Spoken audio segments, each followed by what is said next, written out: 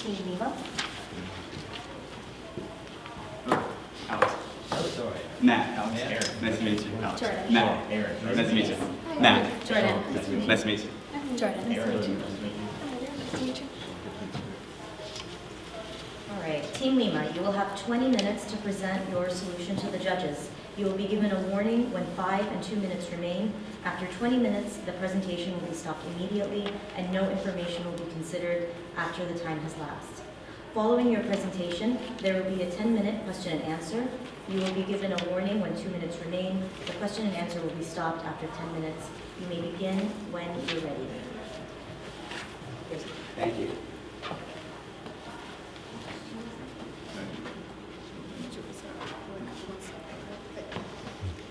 Hi, how's it going today? We're Team Lima. I'm Matt. I'm Jordan. I'm Andrea. And I'm Alex. So when we were looking at the problems that were set forth by Nidec, we broke down into 2 specific recommendations as was outlined by Nidec's instructions. So first recommendation is going to center around just the product differentiation strategy for foresight, and then the second recommendation is going to center around the international cybersecurity laws and making sure that we're in adherence with those over the course of time. So before jumping right into the recommendations, we're just going to have a little bit of background. I'm going to throw it over to Alex to talk a little bit about foresight. So, as I'm sure you guys already know, Foresight is a data service system that can predict when devices will, or manufactured equipment will fail. So, it consists of the sensor unit that connects directly to the device and measures heat and vibration, the communication gateway that transmits that information to the cloud-based IoT platform that allows a customer to view the data, create the reports, and use an analysis to predict when a machine will fail and view the performance of a part in the machine. So quickly, we have a video just kind of detailing the unique strategic position which Nidec is in. So we'll just play it quickly and then talk about it for a little bit.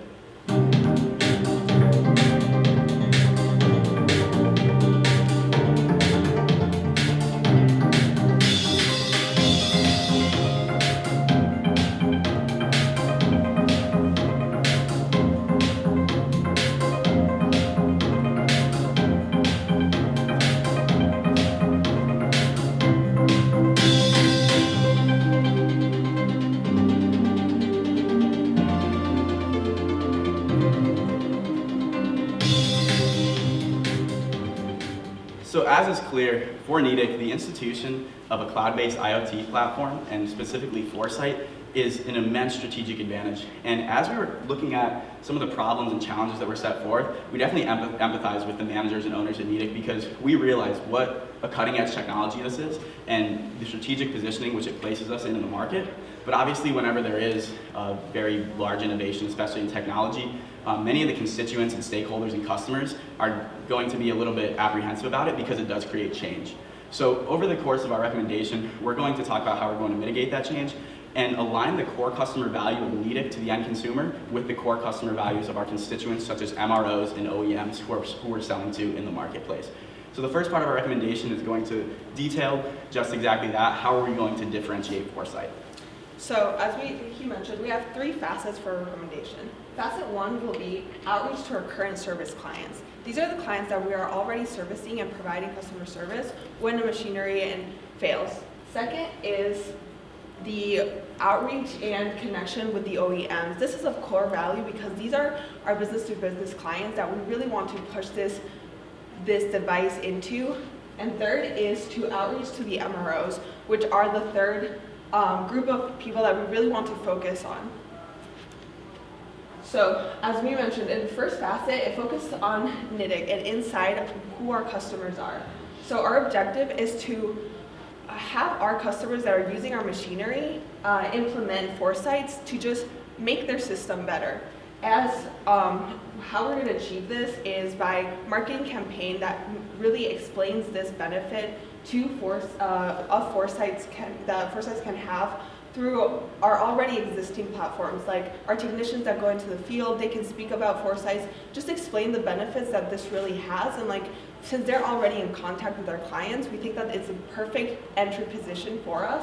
And then as a result, I think it will lower our service costs, minimize the downside that we have in servicing each machinery every time we go out into the field. We can just have it in there and we can know when we want to service it, be there at the right place at the right time. And this will just maximize the efficiency and reduce the risk of unplanned failure, which is of like core importance for this predictive maintenance that we are implementing through Foresight. So that first facet certainly centers around the existing service centers which we have in the field and the direct Nidec to end consumer relationship. But then we have two more important relationships that we want to look at. The first of those is OEMs, so original equipment manufacturers. And when we're looking at the value delivery chain with OEMs, it starts with Nidec, who has these parts and these motors. And then they're selling these motors directly to the OEMs who use these components in their products. And then the OEMs sell these finished products to consumers, and oftentimes it's the OEM who's servicing those products. So this value delivery chain is what we call kind of a push marketing strategy.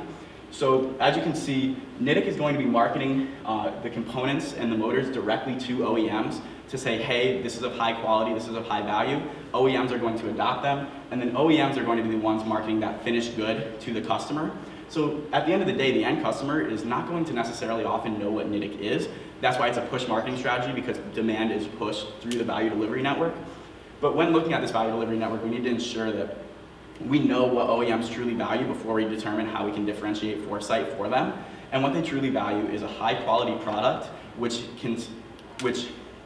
can be used in their finished goods and instituted to create customer delight to the end consumer. So as Matt mentioned, the objective for reaching out to OEMs is to have them integrate Foresight into their already existing service platforms. And so we're going to do that by conveying the benefits that through the data that we receive from our own service platforms, and like, this is how much we can reduce costs for end consumers. And as they come to us and buy our product, we're going to buy our motors already for their own machinery. We're going to kind of put this like as an add-on, like, hey, you can also do this. And what this is going to result in is higher revenue for us, as we're going to be able to sell these systems, and it's going to be more reliable and cost-effective service for their end client and themselves. And finally, it's going to build a brand recognition for Nidec among the end consumer. Now that you have this Nidec platform that you can see and say, hey, that is a Nidec product that's not just in something else that somebody else made. So this is core to our business model, it's like the business-to-business connections with the OEM. And we want to like really build these relationships that we already have, because we really have relationships with big clients that already use our machines and our motors. And we want to like use these relationships to like connect with them. And we will achieve this by promoting and creating like videos of Foresights, informing our clients about what it is, so like they have a better understanding of the product. And we can just put this in our website, which our clients already enter, as well as just meeting with them and just, again, fostering this relationship with the OEMs that already buy our machinery, and like, so that they can build trust and have that motivation to actually pass this value down to their clients. Because what they care about is their client, and we care about their client as well, but we care about them, and we just want to really foment this value. So the third facet of our recommendation will center around our relationships with MROs. So those are maintenance, repairs, and overhauls. So MROs are also in a push marketing strategy. It starts with Nidec, who sells the replacement parts. MROs demand the replacement parts and purchase them. Then the MROs perform this service for the end customer who might have had this malfunction with their equipment. And then the end customer pays the MROs. It's a little bit different than the OEM strategy. So Nidec kind of is marketing the product to the MROs and just saying this is a very high quality product that you can use in a machine when you replace it. But then the end customer is not necessarily buying Nidec's product, but they're buying the MRO's services. And again, this is a push marketing strategy because it kind of, marketing is pushed down through the value delivery network. However, we believe that this push marketing strategy can be inverted in a way into a pull marketing strategy, which we'll talk about in the next two slides in a recommendation for differentiating with MROs. So, as Matt mentioned, the third facet of our strategy is in regards to the MROs.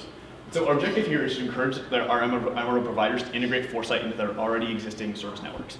Now, we realize that the predictive maintenance emphasis of Foresight counters their route-based maintenance system and kind of throws their entire business plan out the window. So our strategy here is to create a pull marketing strategy instead that pulls demand from the end consumer that is using the actual product, and them demanding it from their MRO and say, hey, you need to integrate this as you service our product, and then them demanding it from us. So the result, that customer demands will be driven by the Foresight, the emphasis that Foresight puts on predictive maintenance for end consumers, and it will and will require MROs to adapt to that model. Now, we realize that your relationship with MROs is very important, and as Matt mentioned earlier, technological change is uncomfortable for a lot of companies. And forcing MROs to adapt to this new model through the market, or essentially going out of business because they can't compete with more efficient service. So as we mentioned in the slide before last, there is the current push strategy that's in place in the market. And this push strategy, as we detailed, is just a lot of down the value delivery chain. But the thing about the value delivery chain with a push strategy is if values aren't aligned across each of the intermediaries in the value chain, the chain will quickly disintegrate. So certainly Nidec and Foresight kind of threatens the values of the MROs. So that chain is almost entirely disintegrated because they don't see the value in Foresight and they're uncomfortable with the change. The one push side recommendation that we can make is possible purchasing and buying incentives to buy equipment that's equipped with Foresight if you're an MRO. But what we really want to focus on is the pull marketing strategy. And what the pull marketing strategy is going to do is it's going to be Nidec marketing directly to the end customer, and then the end customer are going to be the ones that drive demand and pull that demand all the way back to Nidec. So end customers will demand Foresight, and then the MROs are going to service the end customers, and in conjunction with servicing the end customers, if the end customers are demanding Foresight, the MROs are going to then have to demand Foresight from Nidec, and so that's what creates that kind of pull in the market. Additionally, we believe through direct outreach to end consumers that it will also permeate other areas of the market.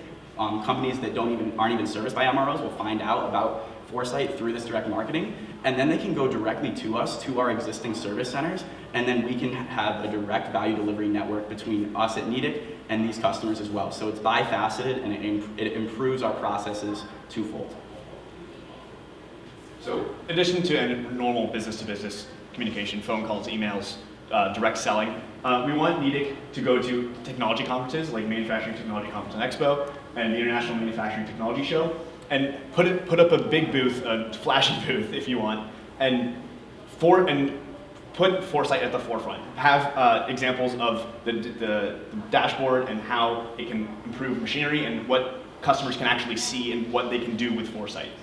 Doing so will get customers get their hands on with the product before they actually have to buy it, and will allow them to get face-to-face contact with a Nidec representative. So that concludes the first recommendation as regards to positioning Foresight. Andrea is going to take it with data privacy and how doing the Internet of Things in the modern world with data privacy and cloud services is a challenge and how we can accompany it. So again, the Internet of Things has become this huge thing all around. Like they're calling it like fourth revolution, and it's happening all over industries where it's helping bring process control and communication of each industry and of a business itself into one main platform. And it's basically what Foresight entails. It falls right into place with the Internet of Things, where people and industries want to have everything in one place, and they can just want to be able to access it wherever they can, wherever they want, and just be able to like communicate and act upon it. And so the Internet of Things really comes into play because the industry is just moving that way. It's forecast to reach 123 billion by 2021, according to the DIC, and it's just predicting that everything is just becoming interconnected. And this solution will just enhance value chains and will just make vertical value chains more valuable, where Foresight really will fall. But with all this benefits, obviously comes challenges and concerns. One of the main challenges that we have is security and data privacy.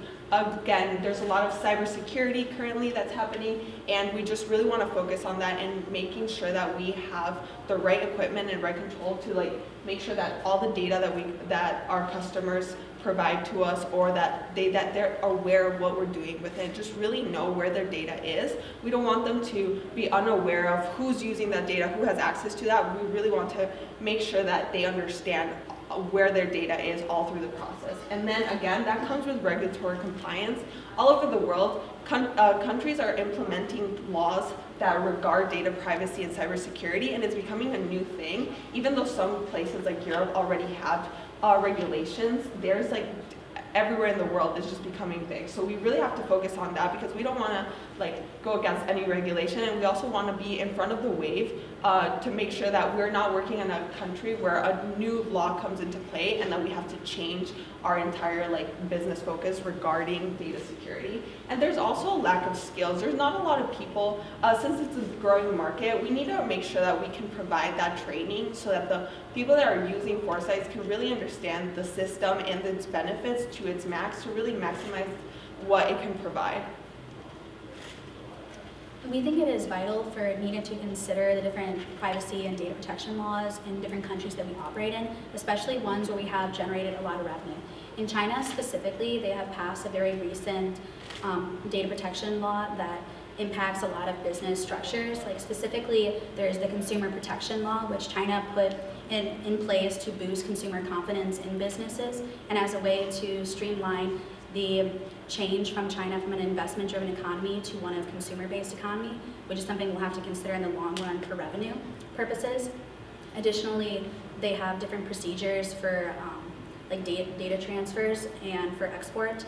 And the one issue with the security assessments is that there's they don't have a systematic way of how this procedure is supposed to go about or the conditions for it, and that just demonstrates that this law is still work in process, and it's something that we need to consider if we are pursuing business there. Next, in the US is a different case where there's no federal data protection law and it's more regulated as a private sector and by individualized states. But what we found is that in the states where Nidec has operations, they have distributively the same or similar laws. So it is a good business opportunity as we have to consider the current laws. But we also don't have to make as much adjustments as needed in other countries. Next, in Japan, they also have made other adjustments to their data protection laws, and specifically they focus on personal information specifically. So they have behavioral analysis of information that could be transmitted as well as sensitive personal data. And the reason why this is important to consider in Japan specifically is because that is where Nidec is from, and it's something that we're going to still be looking into the future, but we also have to consider that these laws are recent and will change over time. And finally, the EU has had the longest history of data protection from starting in 1995. But with the data-driven world, they have adjusted to these different changes, and it's important to consider that some of these regulations, with the increased territorial scope and also different areas as that do affect us. And additionally, there is a requirement for data protection officers and controllers to intermediately talk when they have data transfers. But the issue with this is that the member states do not have standardized regulations on notification, and this just shows that it is something that's going to be different from state to state within the European Union, and is not something that's going to be standardized across the entire. So with this in mind, we looked at where the revenues come from for Nidec, and we looked at our geographic locations regarding our customer base and where our revenues come from, as well as looked at into what regulations exist in each of the continents where we mainly operate. And we found first that in Europe, our revenue percentage is 12.9% in 2016. And we found that this is important. Even though it's not our biggest market, it is an important market, but there's high regulations as mentioned before. And so we really have to consider this. Our second biggest market is Asia. 51% of our revenues come from that location. But again, it's a changing platform where right now there isn't really certainty regarding high regulations and where the data can be driven. So it's not as certain as we have in other countries, but it is our one of our biggest markets outside of Japan. And then we have the US, which is 19.6% of our market. And again, considering the other locations, it's lightly regulated because we understand the regulations and we have already had more understanding regarding each state and where we operate. So with this, we are thinking on starting and launching this platform in the US because of the lightly regulations and since we really understand the market, then moving to Asia because it comes with such growing, because a huge part of our sales come from there, and then moving into Europe once we've really understood and standardized our system in order to benefit our customer base.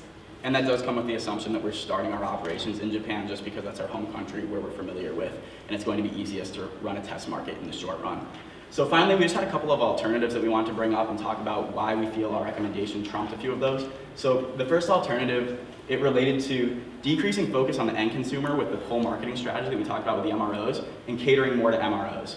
So having more incentives to MROs, marketing directly to MROs, communicating value to MROs. And while we feel like this was important, we also feel like there's a fundamental disconnect between the values of Nidec and the MROs on the value delivery network with the institution of Foresight, and we figured that a demand-driven pull strategy would be most efficient in accomplishing these means.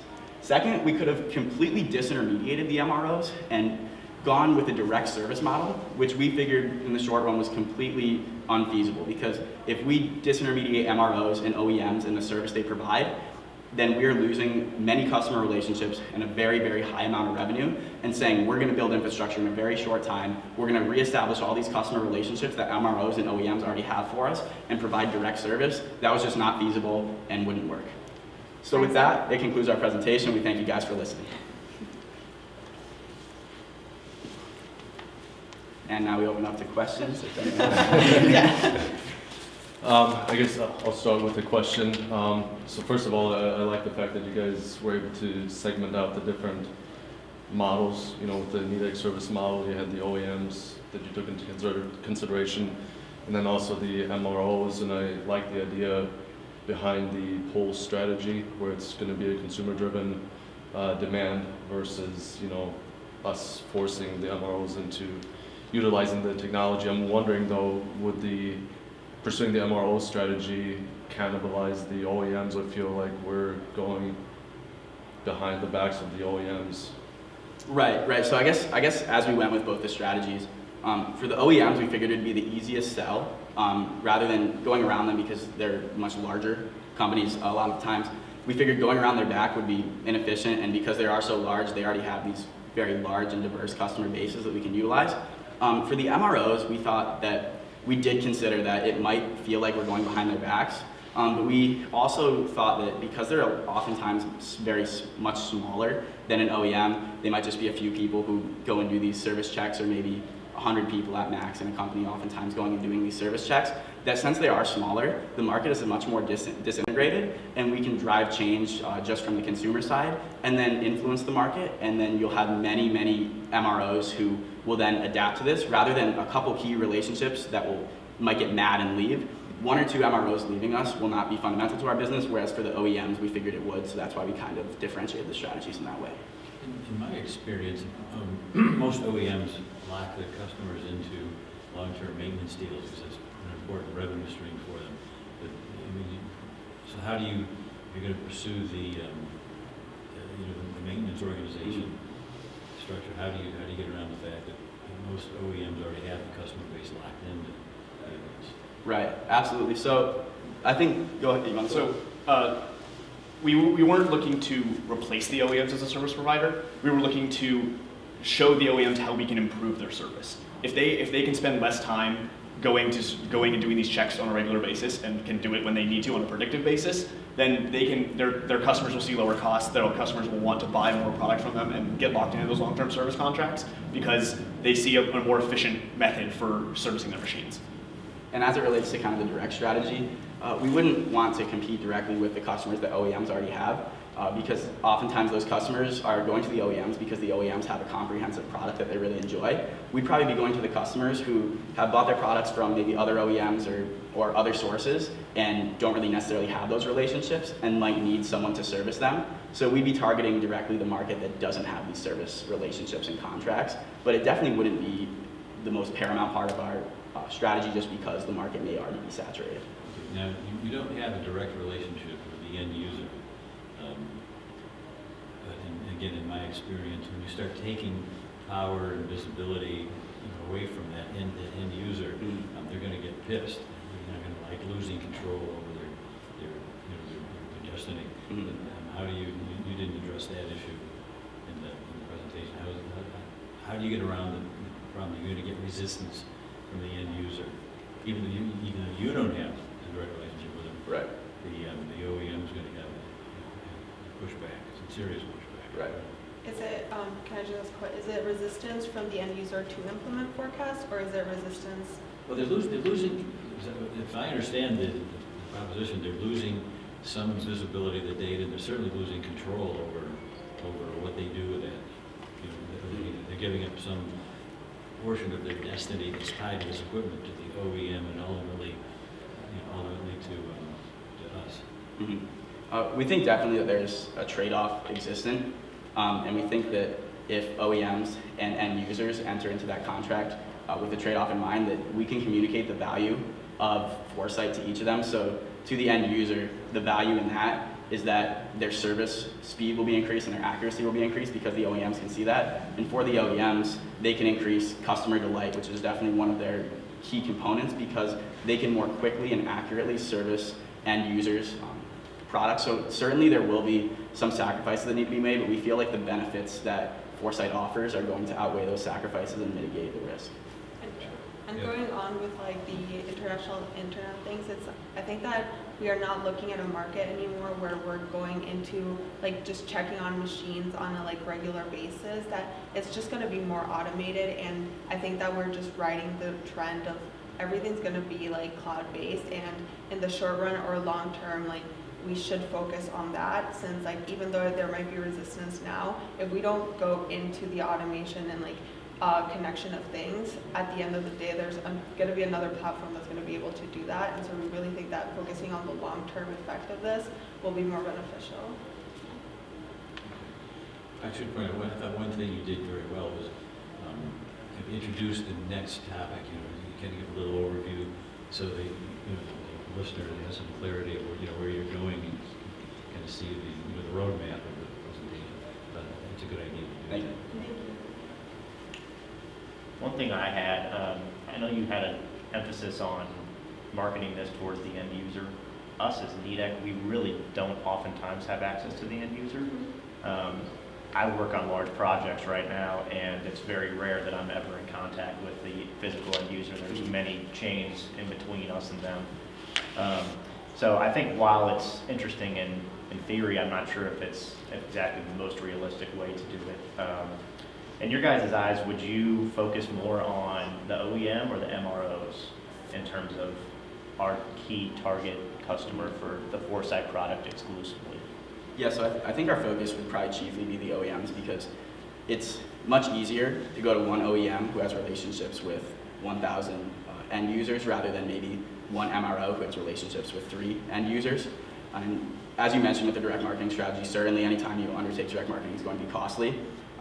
Certainly like going to conferences, things like that will build awareness, but a full rollout of a direct marketing strategy is certainly costly and there's certainly risks involved. So while we think it is a very important facet, we believe that OEMs would probably be chief to that just because the relationships which they have, it's much easier to make sure that you have a solid relationship with them because they impact 1,000 people rather than an MRO who impacts 3 people, or rather than a direct marketing strategy where you're gonna have to do a grassroots effort one by one. And so while we feel that both are important and we feel like a direct marketing strategy may be a risk that needs to be taken in the short run for long run gains, we do believe that OEMs are our chief concern. Mm-hmm. And then kind of going on to that, would you allow access in the US where there's not really any rules or regulations at this point, would you allow the end user to have access to that data, or would that be OEM exclusive? Would they be responsible for that? I think the end user would always have access to their own data. I think Nidec would own it and they would store the data, but the end user would always have access and could control who else had access. So if the end user wanted to give an MRO access,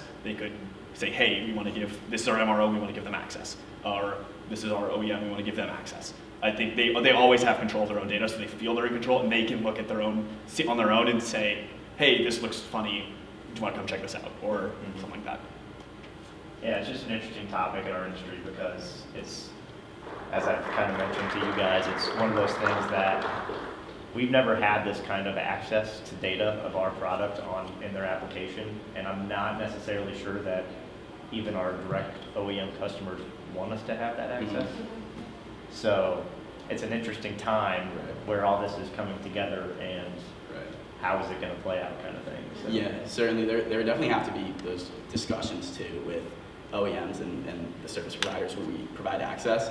And I think we kind of likened it to maybe like a Google model where you have access to the data, But then we don't want Nidec to necessarily be actively harnessing the data, obviously not selling the data, acting ethically with the data. But so they own the data and they host it on the cloud, and then customers are the ones who can really access the data and see what's going on. And then from there were laws with the Internet of Things that basically said you have to expressly authorize access and anyone who can access it. So that would be all up to the end user, just because we feel like obviously that's important, and if we fudge any ethical lines and don't have that kind of expectation going in, it's definitely gonna hurt us. And another idea we tossed around was with access to that data as a Nidec, you see what parts of your machines are failing fastest, and you can use that as a R&D to improve your machines later on. And I think the benefits go beyond just service. You can use it to actually improve your manufacturing or improve your designs. That is exactly why we want access to that data, so that we can learn about where we need to improve.